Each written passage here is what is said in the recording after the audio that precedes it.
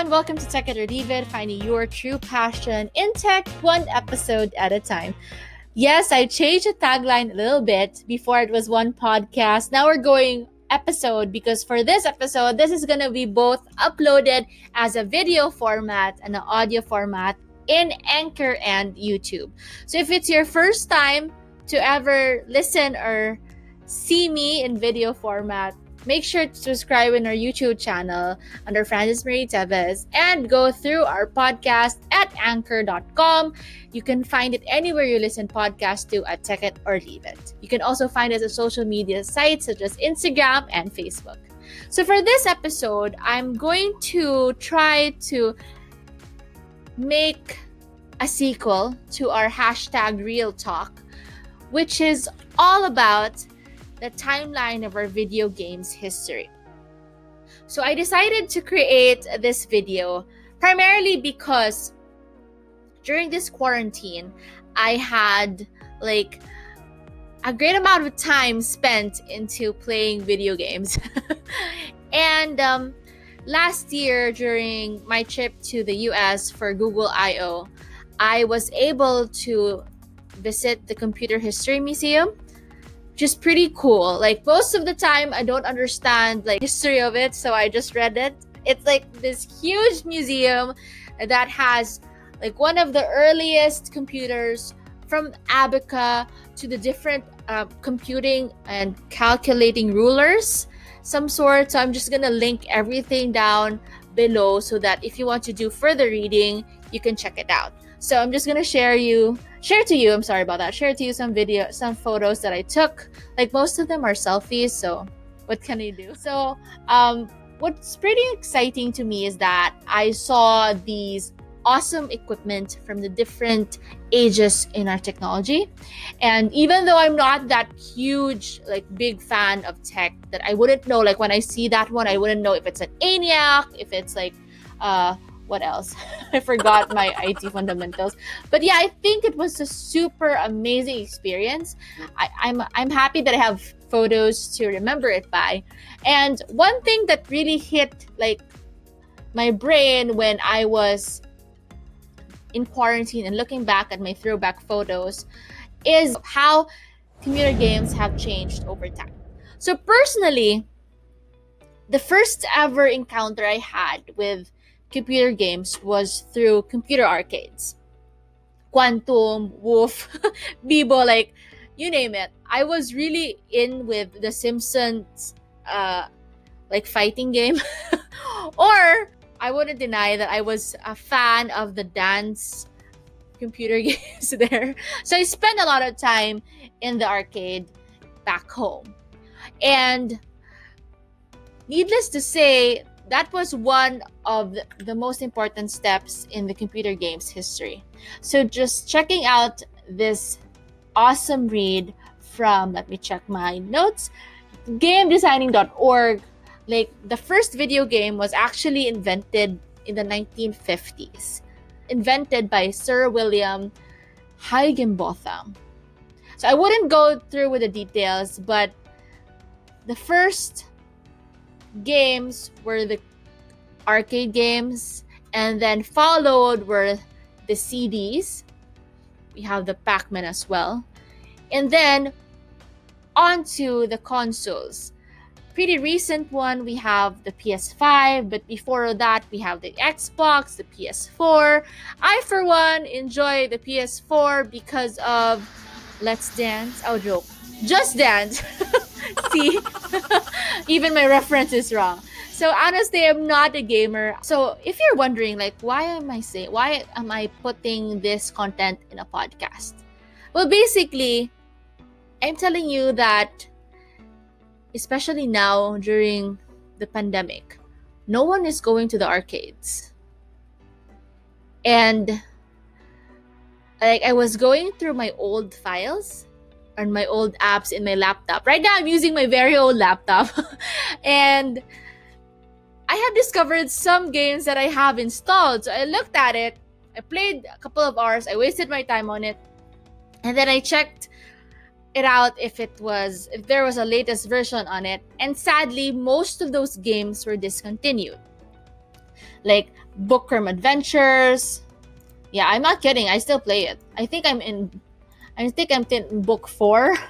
Yeah, I am probably gonna continue playing with this.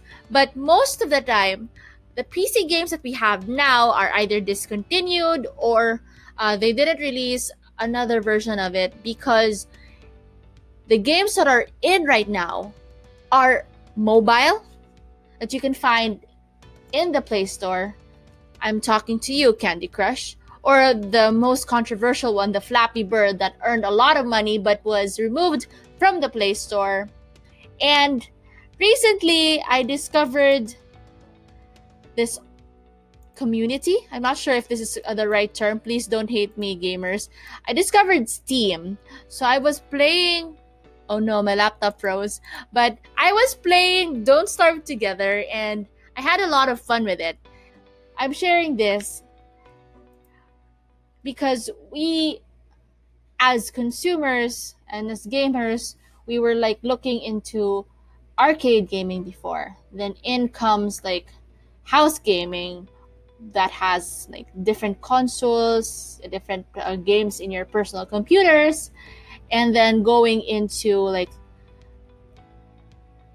the games that you can play at home online, or the little Game Boys, or the pretty recent one is the Switch.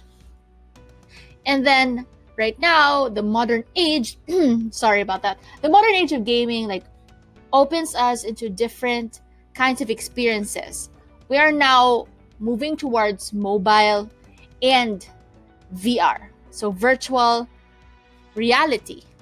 And others, we have like Pokemon Go that actually had augmented reality using mobile, which is pretty cool.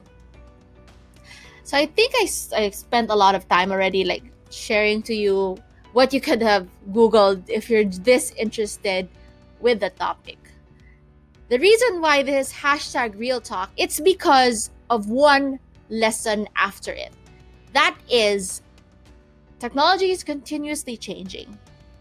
And looking from the video games, if you're gonna stick into a one particular field or one particular market, eventually that market will be gone.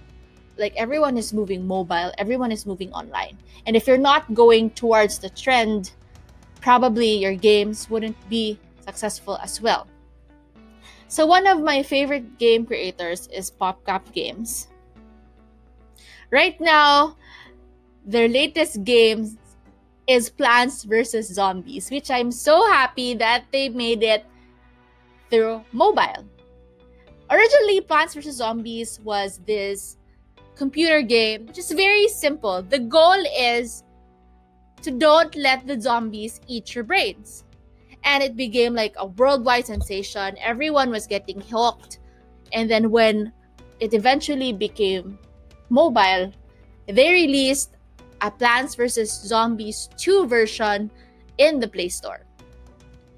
Personally, I don't like the 2 version. I think it's a little bit more complicated, but that's just me.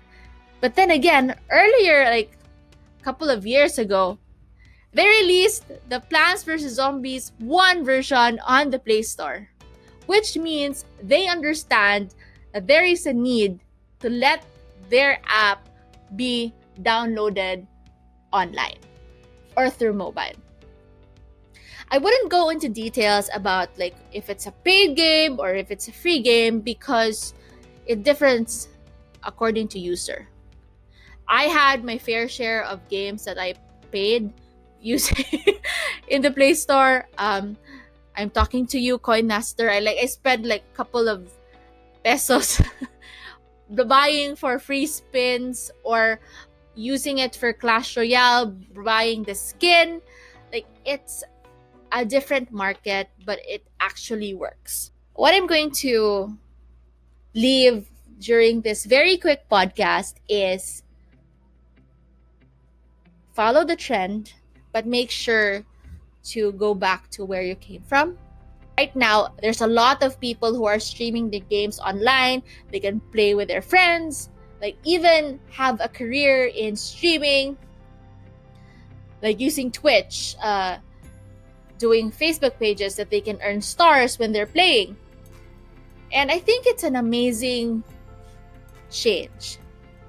So if you're in a position that you know that the market is changing, don't stick to your current market alone. I think I'm sad for Nokia. I don't know if this is related to games, but you saw how Nokia had a huge problem because they can't compete with Android apps, Android phones. They think that, I am a proud Nokia user. I still have my 3310 there somewhere, but that's it. Right now I'm using Samsung Android phone because it has a camera in it. So I changed as a consumer. That doesn't mean I don't like their old product. It means that I find the latest trend more usable for my hobbies, environment, and personality right now. So us, as people in tech, while we're looking at our own career development, or we're looking at where we're going to go next, the most important thing right now is to actually do some research, check out where the trend is going, then make plans for you or your company to be able to adapt in case there are changes. And with COVID-19 right now, this is, I think, the biggest challenge so far for companies because there's a global recession. A lot of people are fearing for their safety and their health, which is absolutely understandable. I, for one, haven't left my room right now. As you can see, welcome to my makeshift studio. Haven't left my room because I wanted to stay here until I can, because I don't want to add to the problem by going out if it's not necessary. Sadly, I've seen a lot of restaurants right now who close their shops, coffee shops, because people before are meeting at their place gatherings to use the internet, and when everyone is at home, no one is using their facilities, which is a decline to their income and revenue. So with the recession going on, they can't cope up, so that's definitely a problem. So I know you're actually looking at pop-up games screen for a little while. So I hope that COVID-19 will end soon. But for the meantime, since I'm not able to create content in the outside, I will just show you some throwback photos of experience that I had. Or look at that. This is Andy. This is a robot, guys. So I haven't played with this, so I can't touch the museum stuff. But it's super cool. So yeah, that is the end for #Real Talk for this episode. And I hope that you learned something. I would put all the links that I read basing on the evolution of computer games, how computer games changed our way of life, how computer games change over time. And I hope you don't drill me asking what is this, what is that. Again, I'm not a huge gamer. For Real Talks, we are just going to show to you what's the lesson from that change. Thank you so much. If you like this video, make sure to give it a big thumbs up. Share it to your other friends who want to learn more about the change in their computer games over time. And if you have other suggestions on the next topics for a #Real Talk or other episodes here at Take It or Leave It, please comment it down below. You can find us in other social media platforms, and make sure to like and subscribe this video. Check out our podcast in Anchor, Spotify, anywhere you listen podcasts to. Check out our Facebook page. We recently reached 800 followers, so thank you so much. And that is it for Take It or Leave It. Thank you so much for joining me in this very quick video, and I'll see you in the next one. This has been Frances Marie Teves for Take It or Leave It, finding your true passion in tech, one episode at a time. Bye! Take care, everyone. Stay safe.